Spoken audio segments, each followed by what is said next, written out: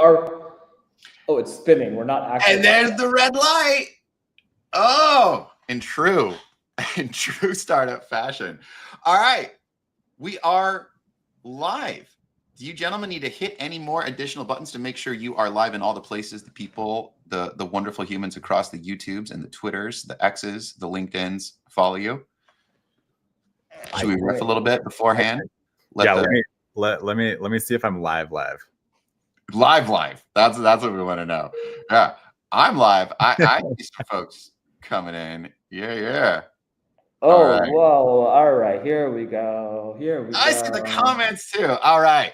Okay. Now, nice. I was very particular about how I dressed today to make it as clear as I possibly could that I have no dog in this fight. I'm an unbiased third party here to moderate what is going to, I'm sure, get ugly at points. So I'm going to have to step in. And I just don't want anybody to have any, misunderstandings that I'm unbiased or that somehow I've been bought or anything like that. Never. Yeah. Jeremiah Rishabh. Aaron is not paid by either party participating in this debate. This is an absolute freebie. That's right. All right. He has no financial incentive. If you couldn't tell from my attire, I'm speaking FERMÁT, all caps. I'm a VP of growth here at FERMÁT, but I'm not the person you came here to see today. Jeremiah Rishabh Jeremiah, let the people know, who are you? What did they come here today to see? Yeah, go for it. Okay, yeah. I am Jeremiah's biggest online and in-person fan. By day, I run a company called FERMÁT, where we help brands with their experiences after any piece of content that they deploy online by making it customized to that piece of content. And at least my view of what we are doing here is Jeremiah claims that remote work is great. And I just, again, as his top fan online, I said, I don't agree, we should debate it. And then we scheduled it live on Twitter, literally. And so here we are. But Jeremiah, I feel like you came fully stacked because you're a 3X CEO and I'm a 1X CEO. And so here we are starting off the fight a little unfair, although Slack did go down today, which helps me a little bit. But we'll see what happens. There's the first one. I saw a conspiracy theory. Go ahead, sir. Yeah, I saw a conspiracy theory floated that you actually took Slack down ahead of this debate in order to give yourself a leg up. So, I don't know if you want to confirm or deny that, but I will say I am well known to stack the deck in my favor. It's good. I mean that as you should attempt to do as a CEO. So. 3X CEO. What does that mean? Yeah. Okay. So, I didn't label myself that, so I didn't even realize it. I posted the image and then somebody commented on it. I have three. It's really it's three products is the better way of saying it that are reporting to me at this point. 75-ish people. So yes, it may be three companies, three products, but it's really same size as your company. So I have no commerce, started it in 2020, so that's the one I actually founded. And then we recently joined forces with Stamped, and so Stamped was purchased by WeCommerce, and we can get into a little bit of the difference in funding structures and all that, because I think that'll be interesting. So that was purchased by WeCommerce the year before we were, and so took over that. And then WeCommerce also purchased Repeat, and so we've got those three different products. Basically, Stamped has two products. It's technically four products that all report to me now. But I will say on the no side, Bar Brew is the GM there now, so I'm not really doing much of the day-to-day stuff. I mean, I still see everything, but I let other people do as much as possible. But that has been a little bit of a mindset shift for me over the last couple months. It's just kind of transition into not getting in the weeds as much and more just focusing on the vision, strategy, all of that stuff. Now, normally we'd have the, let's get ready to rumble in this corner weighing in at, but I do think actually an interesting tidbit to sort of do the weigh in at that. Okay.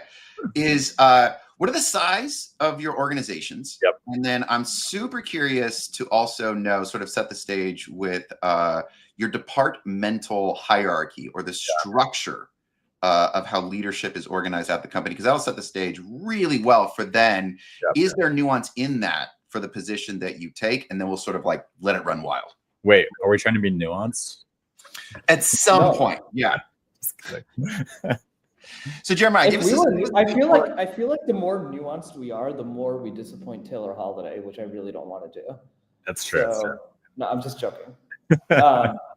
He's actually very nuanced whenever he talks live. It's just that he has his like X game is A+. Yeah. It's all about getting engagement. So yeah. I can go first. So we have, again, like those 4 products, kind of 3 orgs that have been merged into one. The way that it's structured as of right now, we essentially have on the Stamp side a CTO, we have VP of revenue, we have actually I don't know exactly what her title is, but basically like VP of customer success, who runs all the support and success report up into her. And so that org is basically currently split into like 3 different sections, right? So we've got revenue, we've got customer support success, and then we've got the product and all of the engineering. So that's the way that that's structured. On the no side, we have 2 leaders there. So we've got our head of product, and he was VP of revenue. He's now GM, but we basically have a distinction there between product and then like revenue go-to-market functions. So that's the way that it's structured. So there's essentially 5 people that report to me directly, and all of what obviously I'm involved in other conversations, but like generally speaking, if there's decisions that are being made, it's myself with 1 or more of those 5 people making those decisions if something does float all the way up to me. So 5 on the leadership team reporting into you, the executive level, overseeing what size? 75 people. And actually, sorry, with that, we also do have like a HR. So 6 reports. But I don't consider that part, like it is part of the day-to-day operations, but not like the like customer facing side of things, if that makes sense. So okay. And Rishabh? All right, we're going to go full chaos mode now. All right, because of the topic. So you're gonna flex structured is, I have my co-founder who I get to sit next to, and therefore I can easily talk to about anything that I need to. And we work on P0, P1 is like the way we divide responsibilities. And nominally reporting to me is our head of finance, CMO, head of revenue. That's it. Am I missing someone? I think that's it. And there's like 65, 70 people. Yeah, set the stage a little bit more for 2. Sometimes it's a matter of size. I think it's like 65, 70 people. Yeah. All right. So we're playing from the same deck then. That's what I wanted to get at. All right. Now, same size. Jeremiah, tell us a little bit about how this jumped off, and then encapsulate for us your position, going hard at the remote work being as inflammatory as you can. That's hard for me. Turns out I'm generally nuanced in my own internal thinking. But here's my like the simplest take that I have. I think that I believe an organization can be built fully focused around being remote first and be very, very successful. My experience when I go back to when I was younger, I've actually been remote since 2014, which is kind of wild. So 11 years of my career now I've been remote, but I did not start that way. I started in an office. My experience working in an office was I would show up 8:30-ish every morning, go grab coffee with my coworkers until 9:15, come back, work for an hour and a half, go get lunch, come back, work for an hour and a half, go get coffee again, come back, work for an hour, and call it a day. It was not productive. And in those work times, I would also chat with coworkers. And I mean, I was a high performing employee, but I also was working 4 hours a day. Switching to remote work, I work like 8 to 10 hours a day. I get 3 times as much done as I used to do as an individual contributor. And then as a leader and as somebody who now runs a company, the beautiful thing is I can just turn off the noise when I need to, and I can step into focus, get things done, and then turn back on the noise. So for me, I've got the noise on 90% of the time. That's the reality.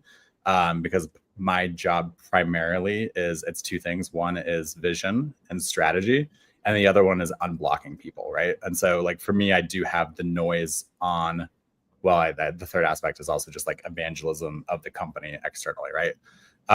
So I'm mostly engaged, constantly reacting to messages and doing things like that. But when I need to, I can turn it off and disconnect and get things done. And I don't have to go anywhere to do that. I could just turn off Slack and I'm good to go. So that's kind of my pitch as to why I think it's valuable. So We call that a door in the office. So I'm ready with the quick quips too, Jeremiah. So I think I'm going to make this fun for us, or at least I hope so. I first of all, our jobs are the same, like external evangelism, vision, and then unblocking, which is just like, hey, what is like the particular issue that needs to get solved? Oh my gosh, is this an Oxford style? I don't even know what an Oxford style debate is.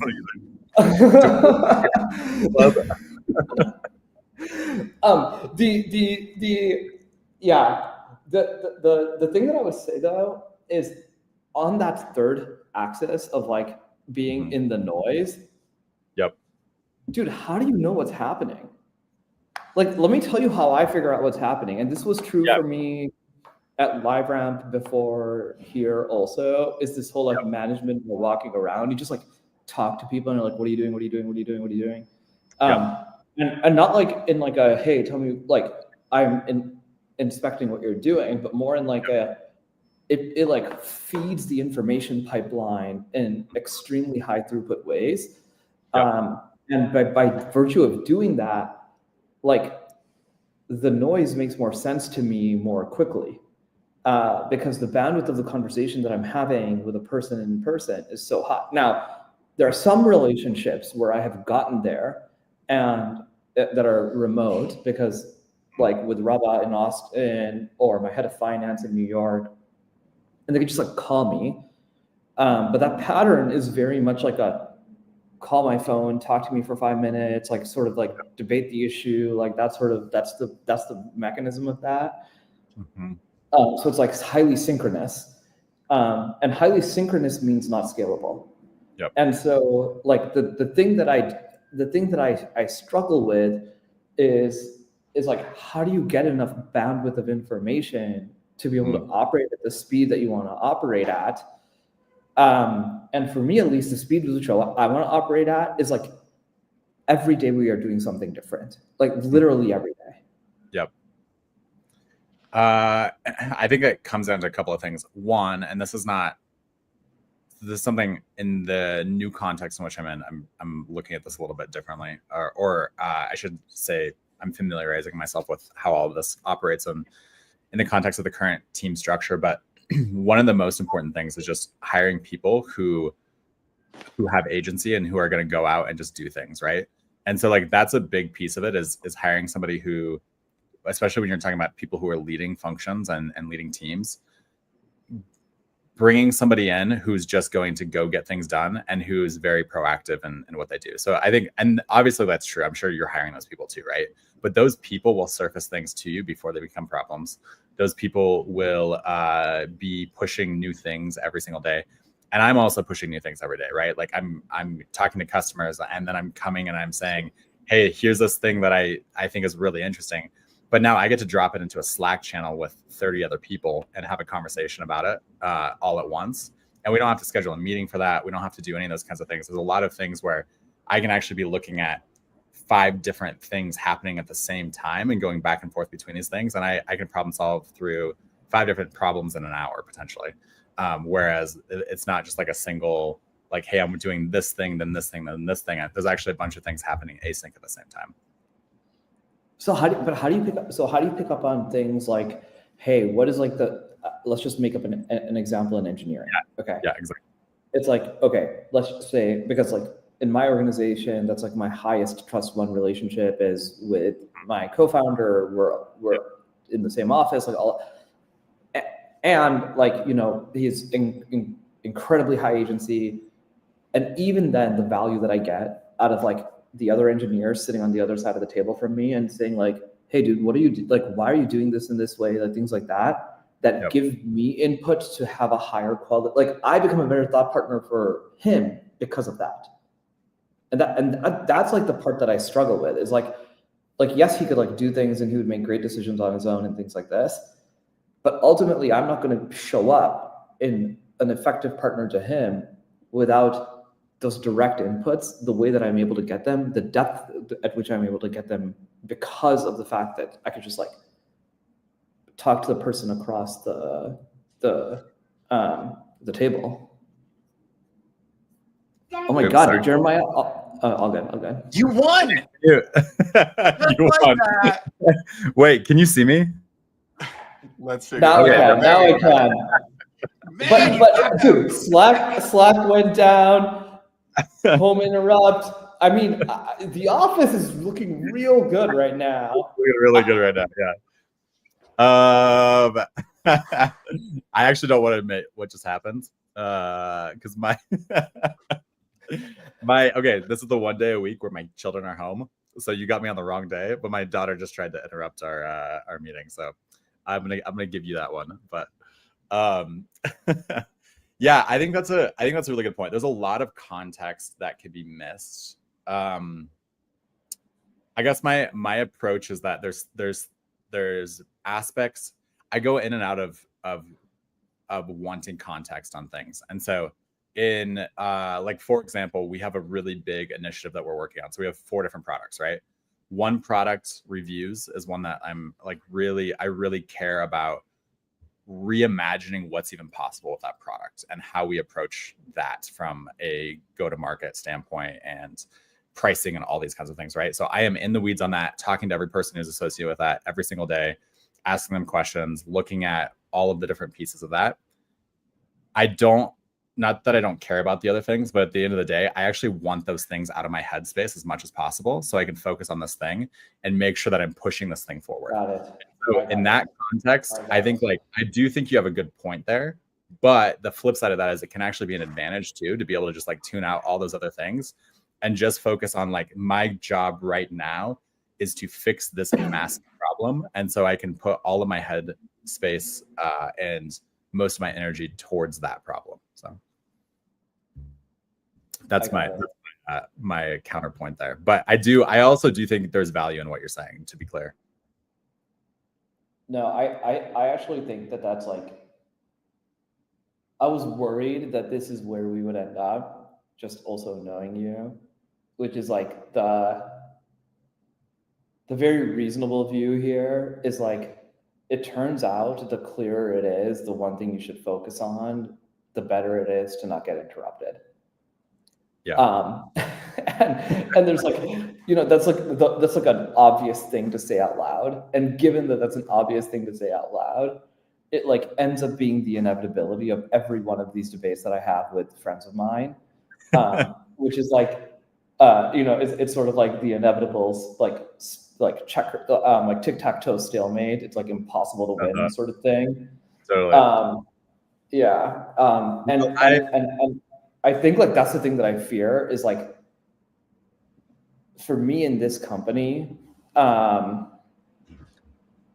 don't know how I could ever know, and like with enough confidence, what is like the one single thing for a long enough period of time where not being in the office is going to be a long-term advantage.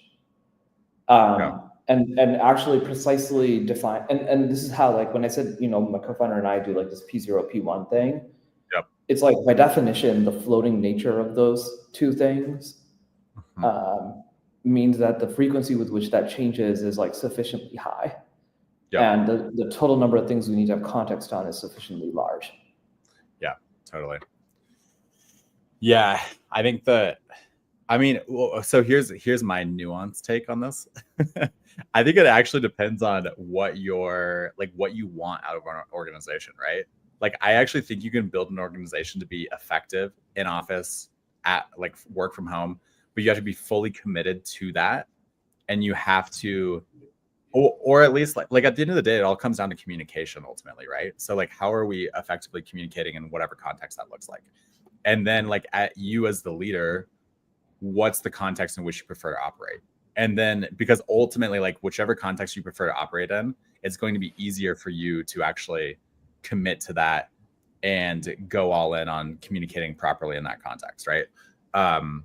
And I think that's kind of my take on it. So yeah, I will say like one last thing, and not to like try to like win this part, but I want to like move to VC and PE funding because I think that's also super fascinating.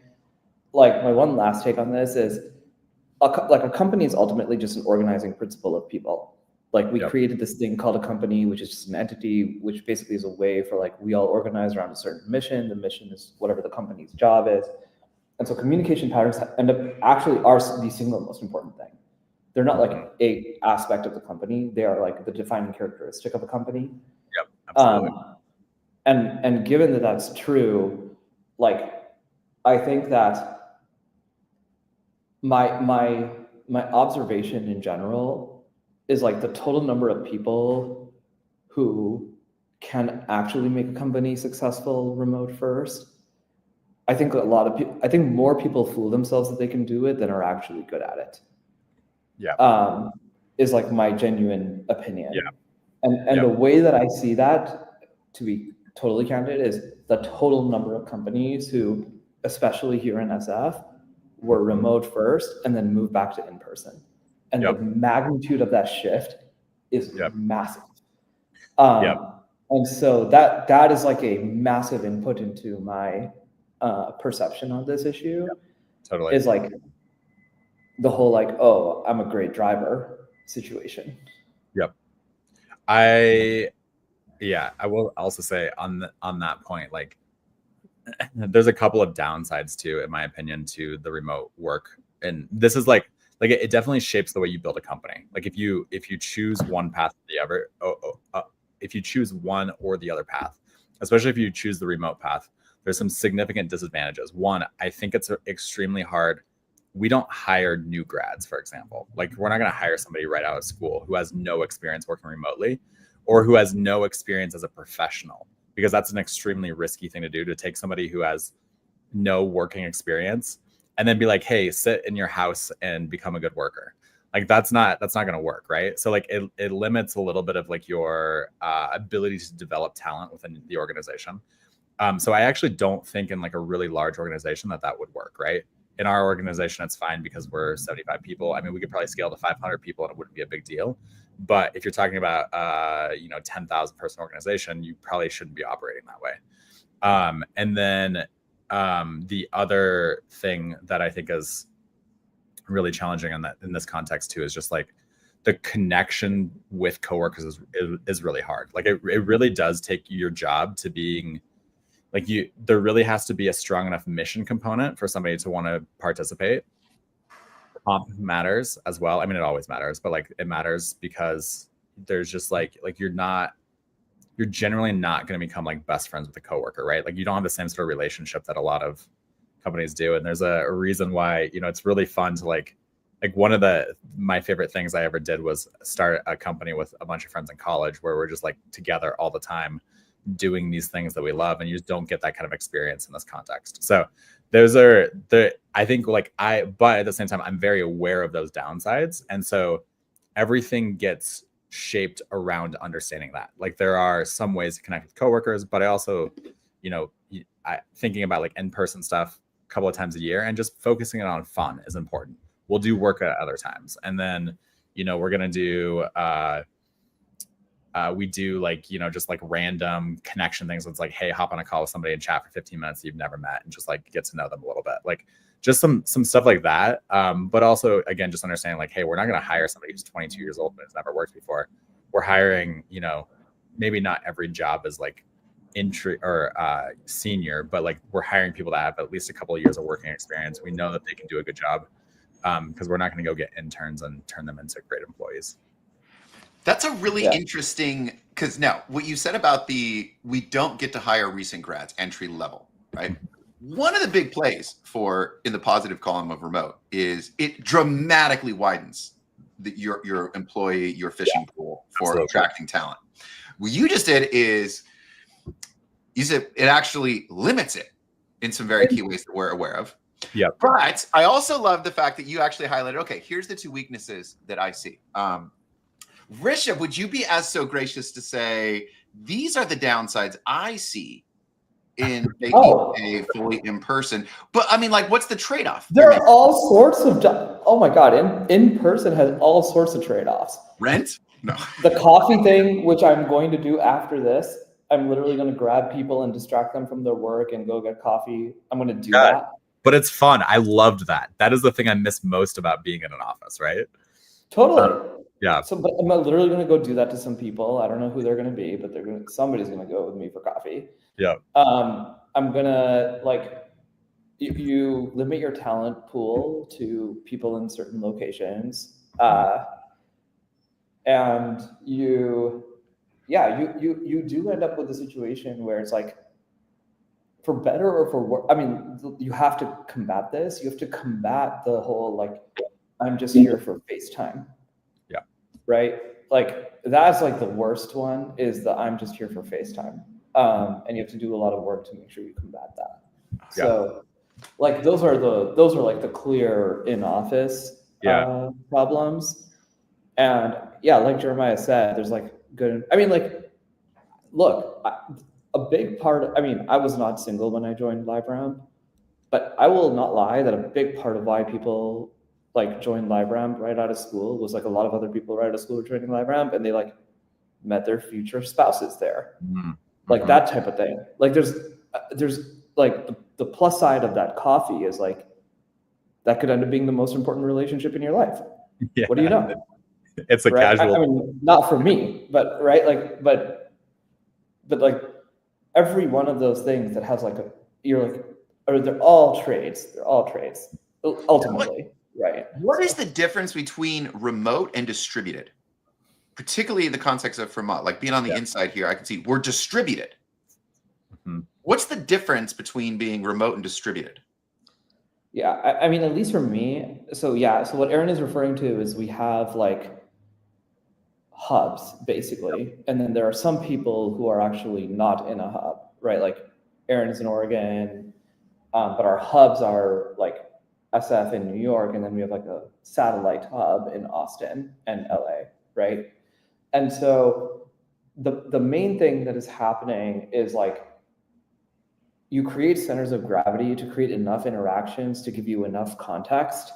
And as long as that's the case, then you're getting enough of the advantages of in-person while still being able to hire in multiple locations. Yeah. And to me, that's like what hybrid, and also we don't impose on anyone, like really to like say, hey, you got to come in every day. We don't do that. We just say like, go to the office when you want to, type of vibe, right? Yep. And just opt in. Yeah.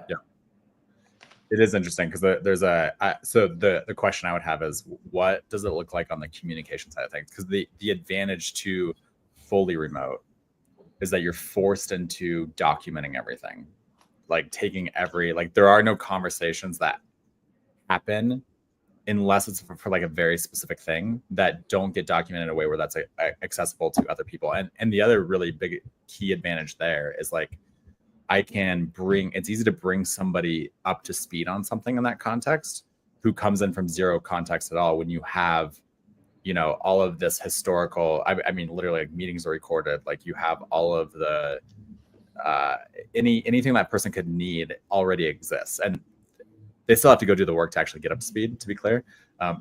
So that may not happen.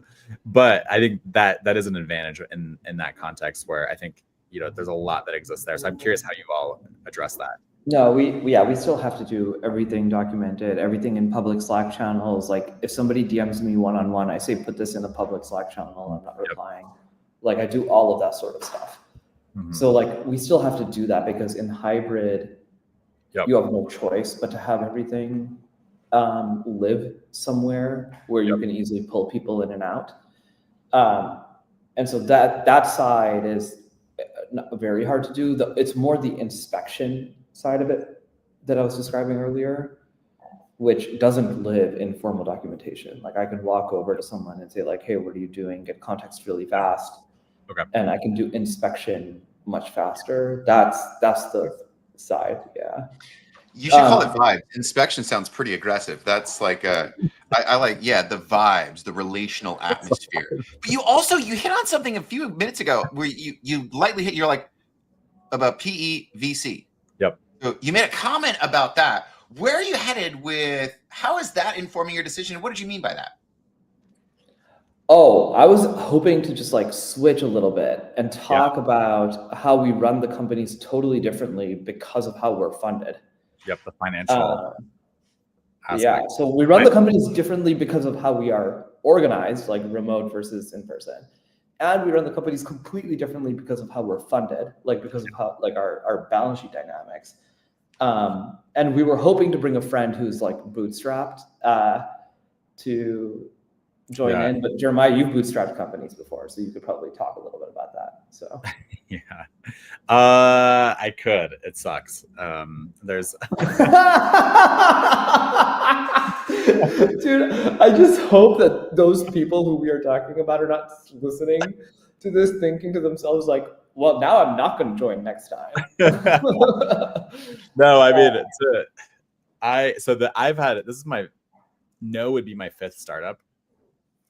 Half the reason why the early startups failed, well, one of them I sold, but it was fairly small. But the other ones, part of the reason that they failed was because I didn't have any money. Like personal runway matters a lot. And I actually think like anyway, I can talk a little bit about like how No is structured and how Stamped is structured.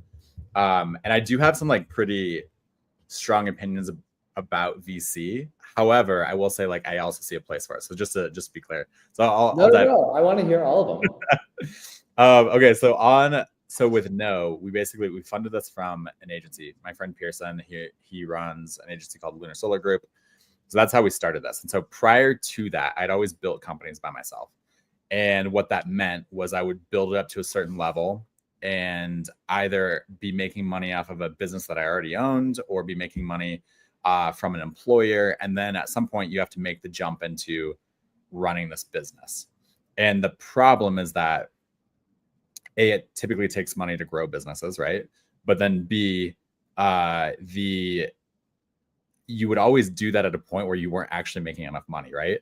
And so you go all in on this thing, you're not actually making enough money, and then it makes life very stressful. And so I think what would happen with me oftentimes in that context was that I would run into this world in which I was making decisions that helped me on a short-term basis because I needed money to be able to survive, but weren't necessarily good for the business long-term, if that makes sense. And so that was my experience being fully bootstrapped. And so Pearson said, hey, come work for me. I'll give you a cut of the company and we're going to build this thing. And so he paid me a salary while we built this. And then, so I built it basically, like they had some internal tech that we leveraged to start it, but I was the one running this company from day one. But I was getting a salary, which was amazing because I'd never had that before. And so that was how we started. So it was this like, it was kind of PE-ish in that it was, his agency funding it. And then we sold to WeCommerce, which is public, but it was spun out from Tiny, which at the time was essentially PE. I mean, they don't call it PE, but it's more or less operates like a PE firm, and they buy a bunch of different businesses. And so we were acquired by the public wing of that. And then ultimately they merged everything together. And so it's now this, public entity that does a couple $100 million a year in revenue. and owns, I think it's like 30 businesses. It's a good number of businesses. And so in that context, it's a little bit different because what you're looking for is you're not looking for that rocket ship growth necessarily. You're looking for sustained growth over time. You're looking for profitability. That's a very important piece of it, right? We were not profitable when we were acquired, but there was this very strong, there was a mandate to essentially grow the business at a much faster rate than you grow expenses, if that makes sense. And so you don't add expenses ahead of revenue typically, unless there's like a really, really strong reason for it, and it's for a short period of time. And so that's more or less the way that in which we operate and have operated over that period of time. And so there's advantages and disadvantages to everything, right? But I mean, just to kind of give you like some context of how that operates. What's really interesting though is, so we started in 2020, 2021, we were looking at raising money, and so maybe some of my bias against VC is actually just a little bit more of a personal thing here. But I remember going out and talking to VCs, and I realized that like what the VCs were looking for and what I was trying to build were not the same thing. And so there's this the lifestyle business thing. VCs love to use that term, and it's actually like, to an entrepreneur, frankly, it's pretty insulting, because all of us believe that we're building something bigger than ourselves, right? Even if like it's not going to be $1 billion company someday, being told it's a lifestyle business feels like an insult. And so anyway, there's that sort of a mindset. And I just remember talking to VCs, and I had one VC I talked to, and she was great, but she was like, hey, I think you can turn this into a $100 million business. No problem. I just don't see how you get to $1 billion. And I remember being like, yeah, I guess I don't either. And so there are like conversations like that. And another one was this VC I was talking to, and I was like, what? So what do you look for in a company you're going to fund or a founder? And he was like, yeah, honestly, like I'm looking for somebody who's just like a little bit off. Like there's something like they've got like this massive chip on their shoulder, like some childhood trauma or whatever it is. And I was like, okay. Is this true? Yeah, it's true. Great to the next. No, it's true. No, it's true. Dude, I get asked this question very directly all the time. Yeah. Because the question, say it out loud. What the question is like, how is it phrased? What's enough wrong with you that I should take a bet on you? Like, what's the resentment? Is that really like part of it? Like, there's a thing. Dude, okay. I'll tell this story just because, like, I mean, we're here talking anyway. It is not uncommon to like get the question, like, what drives you? Yes. Yep. Exactly. That's like that's actually the way the question gets asked. Yeah. But if you don't hear something that it's like, this person will tear down walls, given the answer to this question, you're out. Yep. And I will be honest, like I promise you, the answer to that question for me is like, you hear the answer to that question and you're like, yeah, this person will tear down walls. Yeah, totally. And I think the more or less the way my interpretation of it was like, if I'm not willing to sacrifice everything for this thing, I'm not a good fit for VC. And I actually would say like, I still think I am a good fit for VC, if that makes sense, given the right context. Cause I actually do think I have that. I just don't want to admit that. And I don't want to live my life that way, if that makes sense. Like, I don't want to be forced into living like that. I'm trying to live a balanced life. I'm trying to like prioritize my family over my work. And so being pushed into the environment that's going to encourage me to do the opposite is actually not good for me ultimately. And so that was kind of my takeaway from all of this, is like, I don't need anybody externally pushing me to work. I love to work. I love to build. I love to grind. I will do it anyways, even if I make no money. And so like that was, I was like, I don't need that. And also like what I was trying to build, like the economics are really challenging too. It's like you have to have, and especially in this space of like, if you're looking at serving, digital commerce and basically like call it the Shopify ecosystem and whatever, like outside of that kind of fits into the same type of merchant. you have to charge a couple $1,000s a month to actually be able to get to the point where you can get like capture enough of the TAM at a high enough ACV in order to go and build to $1 billion valuation. Like that just has to be a part of it, right? Like you cannot go sell $100 a month subscriptions and actually get there. And so that was, to me, I was like, okay, that's not what I'm trying to build. That's not who I'm wanting to be. Again, like I know that's me, but I don't want to be that necessarily. And so in order for me to get to where I want to go, the route of basically PE made more sense, where there is some capital, but it's more of like a measured, slower approach. You don't necessarily, it's about profitability. So, you know, who cares if you're selling $100 a month subscriptions, as long as like you're delivering it for $70, let's say, right? And that's like the trick, is there doesn't have to, and you're growing at some rate into the future. And so that just felt like a better fit for me, in terms of like where I have been and being like totally broke, going at it bootstrapped and running myself into the ground and racking up massive debt. And also then trying to still not perform that way, even if it means like big VC valuations. That just felt like the better path for me. No, honestly, and then I want to get into the VC side of things, but I'd never thought of this before. And the way that you kept coming back to, I mean, your honesty and vulnerability in that, if it's profitable but not throwing off free cash, the better question against how will the company get there is what's your personal position, as far as like if you're in the audience right now and you're listening, and like that's such an interesting way to, as I'm evaluating opportunities and roles and positions and jobs and organizations, that's a very important question that I never would have thought to ask outside of you just talking about it literally right now. That is a more fundamental question to the stability and the person's ability who you're asking to lead you, is what's your personal financial position? Like that's a really, that is and mine is, I entered this whole thing with a negative net worth, right? I've had such a hard run over the first 8 years of being an entrepreneur, whatever it was, that I had like, I guess I basically cleared my debt by like 2020, like short-term debt. But like I have no money, right? That's how I came into all this. And so it does have an impact on the way you build. And I think like if I were to, if I were coming into this and I had a net worth of $1 million, it'd be a totally different, I probably would have gone the VC route, because it doesn't matter if I lose everything in that context, I'll still be okay, right?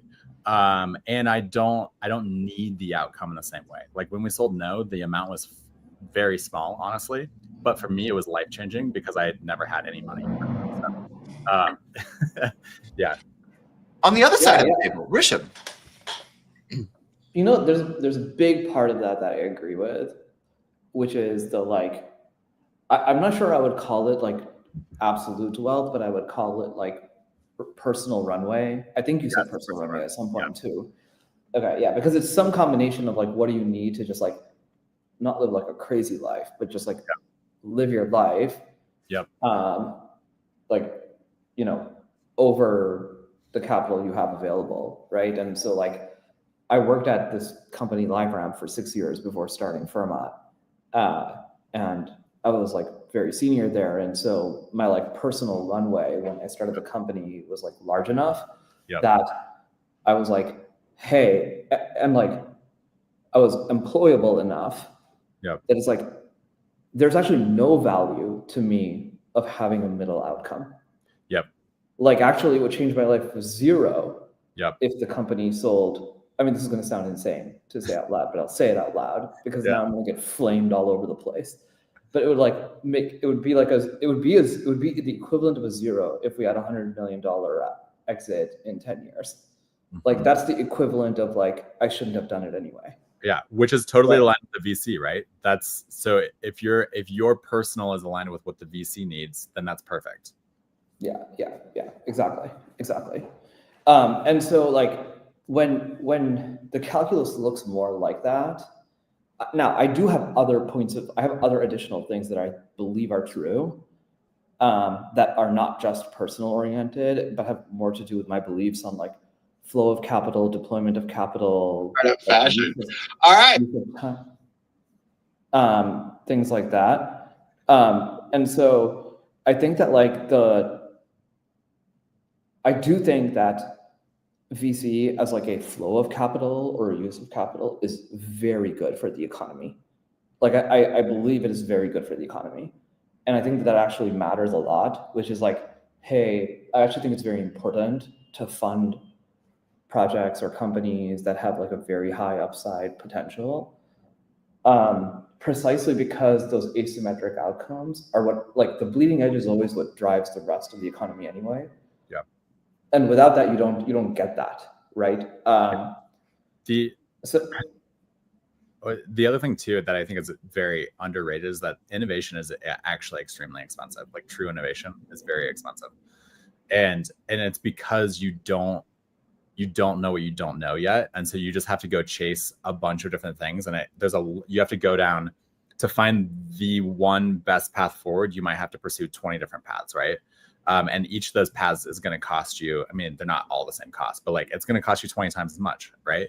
And so what happens inevitably in software is an easy example.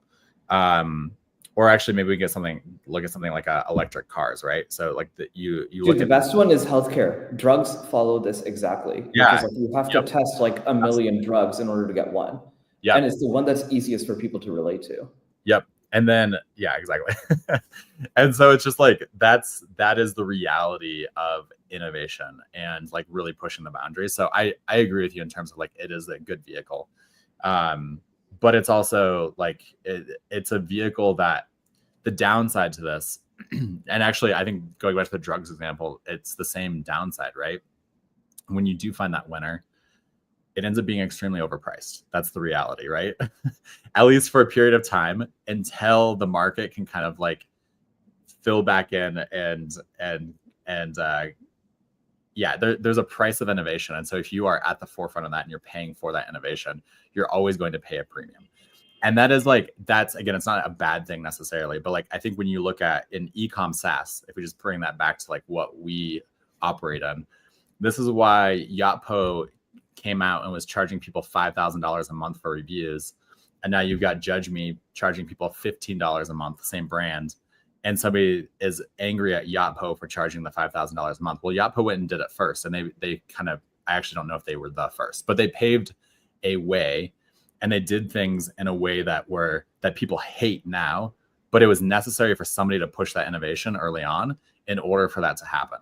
And so anyway, I think there's a balance there, but I think that's why you end up seeing like these people being like, well, why is this 20 times the price? But that's exactly what a marketplace is. Yeah. A marketplace is Yotpo did not force anybody to buy Yotpo. No. Nobody was like, hey, you must buy Yotpo or your firstborn child will be named blah, blah, blah. You know what I mean? Like that didn't happen. And so like that's the same thing with drugs. Like nobody forces you to take the drug, right? None of these things are true. And like we can like I don't want to have an ethical debate about like, oh, you know, drugs are people's health and there's no price on people's health. And like I'm not here for that. I'm just saying that like it is true that like that is like the purpose of the economy. And like the purpose of the economy is like precisely to create a marketplace, and that marketplace should respond however it wants to respond, which is basically like in a free market. Thank goodness, in a free market, you can just not buy. Yep. And it will exactly do what it should do, which is encourage competitors to try to build that thing that provides the same value for less, and that's an insane amount of consumer surplus. Like, I mean, that the surplus creation is just so massive in that situation that it's like hard to believe that that's like not good for anyone. Yeah, that's true. And then going back to the point about VC, this is why VC's funding it makes sense too.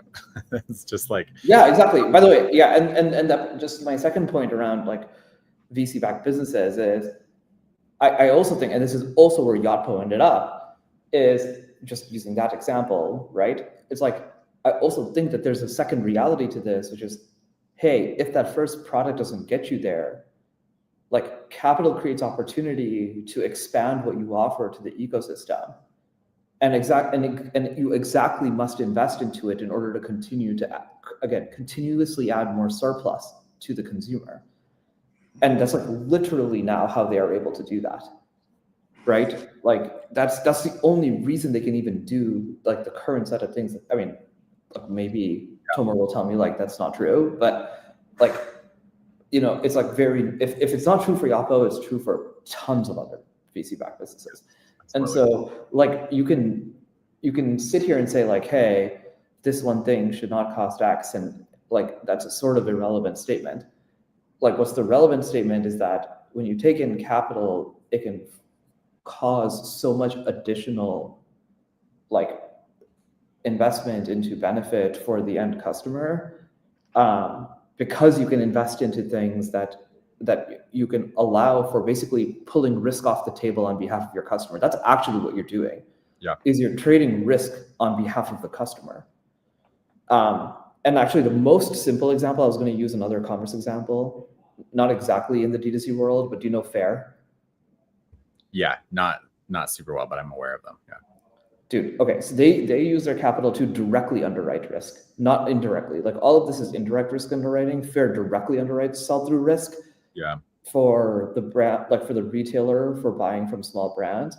And in doing so, because they're underwriting the risk, and the way in which they underwrite that risk improves over time, they can do things like offer full refunds to like mom and pop shops to buy from independent brands to do sell-through in their store. And if you were not able to underwrite that risk, which is impossible without capital, like risk underwriting is like the exact definition of the thing that you cannot do without capital, like just like with a home purchase, with a mortgage. I mean, that is like the single best use of VC dollars, which is an impossibility without VC dollars. Yeah, and I think one of the other criticisms that you'd see with VC dollars is that there's a lot of waste, right? That's going to be one criticism. But I think like part of what you're looking at here is like that's actually part of the intention. And I don't know that that's the right way of that's simplifying it a little bit, I would say. But like ultimately that's what you're doing is you're taking capital with the idea that we're going to take a bunch of bets that most of them are going to be zero. That's the entire like thesis of VC investing, is that most of the bets you take are zero. And even inside a company that obtains VC money, you have the ability to make bets that are going to mostly go to zero. At least that's my outside perspective. But I think that's anyway, I think where oftentimes it looks like waste, it is on one side of the coin, but on the other side of the coin, it's actually like the ability to take a bet that you wouldn't be able to take without that kind of capital. Well, we've got just about 5-6 minutes left, unless we not give the people what they came for. I know I'm not going to ask you to fight. There was a lot of conversation early on about communication and its role in remote versus in person. So I'll put this over to Jeremiah first, since you majored on this to begin with. Can you give our watchers what are the 2, maybe 3, maybe 1, 2?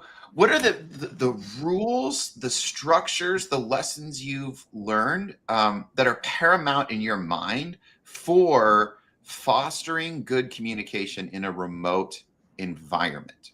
Rules, strategies. Can you encapsulate it 2 or 3 for us? I'm gonna be honest. I feel like I'm still like really working on this and trying to get better at it. So I'm gonna caveat that with that.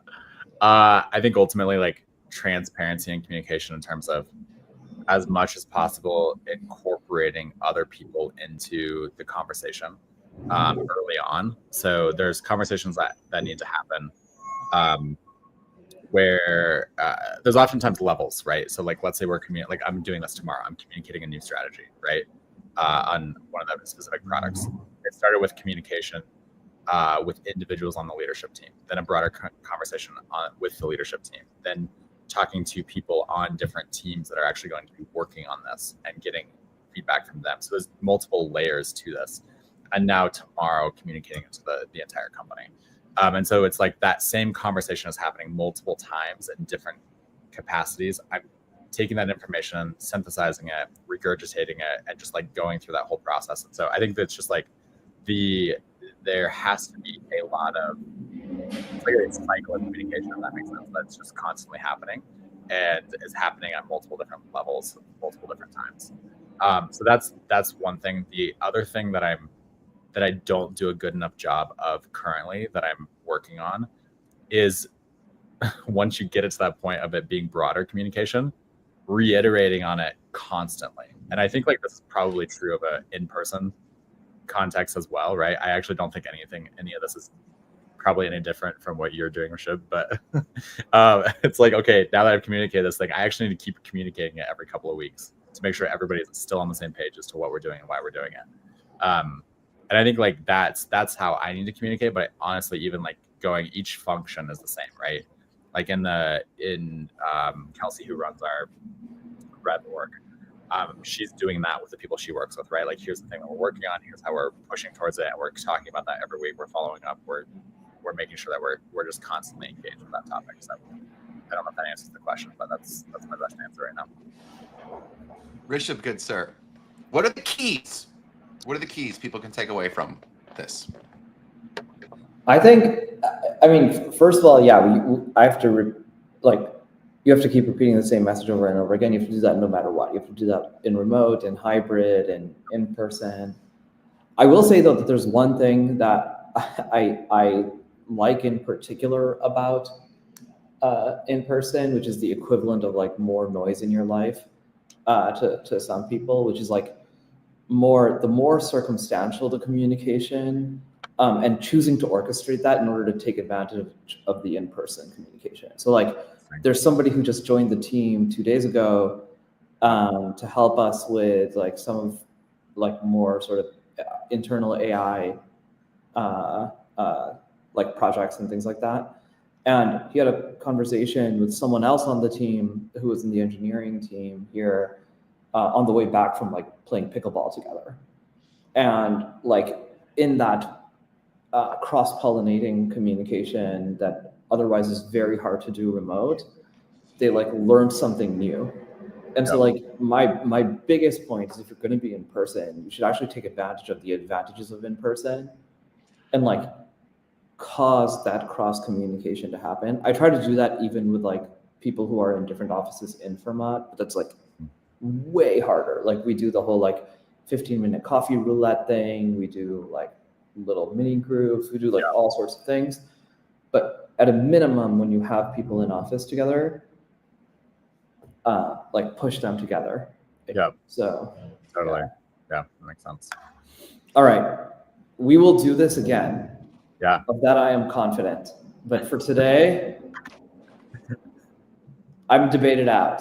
I'm sorry, and I'm sorry. I just don't have hotter takes. I just can't bring myself to do it. So, Jeremiah, you go deal with the fam. Rishabh, you go bother some people and distract them for some cross pollination.